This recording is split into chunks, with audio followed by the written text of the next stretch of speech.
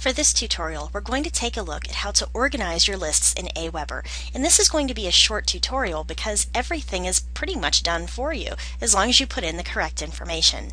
So this is the Your Lists screen, and this shows you all of the lists that you have. And as you can see, if we go down to the one that we've been working on for Web Tutorial 1, it says Aweber tutorial example. And again, this shows me how many subscribers I have, how many people have unsubscribed, how close to finishing my setup I am, and also a deactivate button.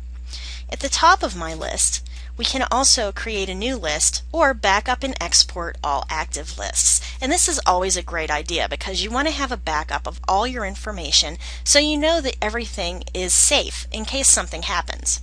So the best way to make sure that your list is well organized and you know that the correct people are getting the correct emails, let's go ahead and click on our Web Tutorial 1.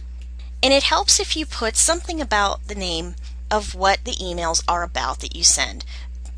Since this is a tutorial about how to use Aweber, I have it as Web Tutorial-1, but putting in a list description is also a good idea, especially if you're going to be sending out a lot of emails to a lot of different lists. It's just going to help you to find it a lot faster. Scrolling down, you can also put in your name and email address, so when people subscribe to your list, you'll automatically get the email and can make sure that everything is up to date.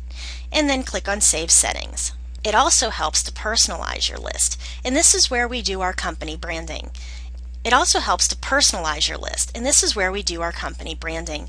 I would put in my company name and my website URL and put in my email signature and upload your logo and click on Save Settings.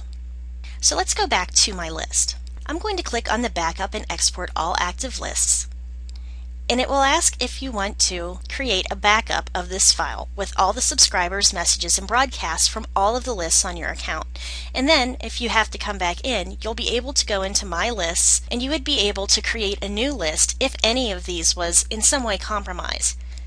Now keep in mind though that if somebody has unsubscribed to one of your lists, Aweber won't allow you to put their name and email address back in to be sent further emails for that list. So as you can see, this is all done in alphabetical order.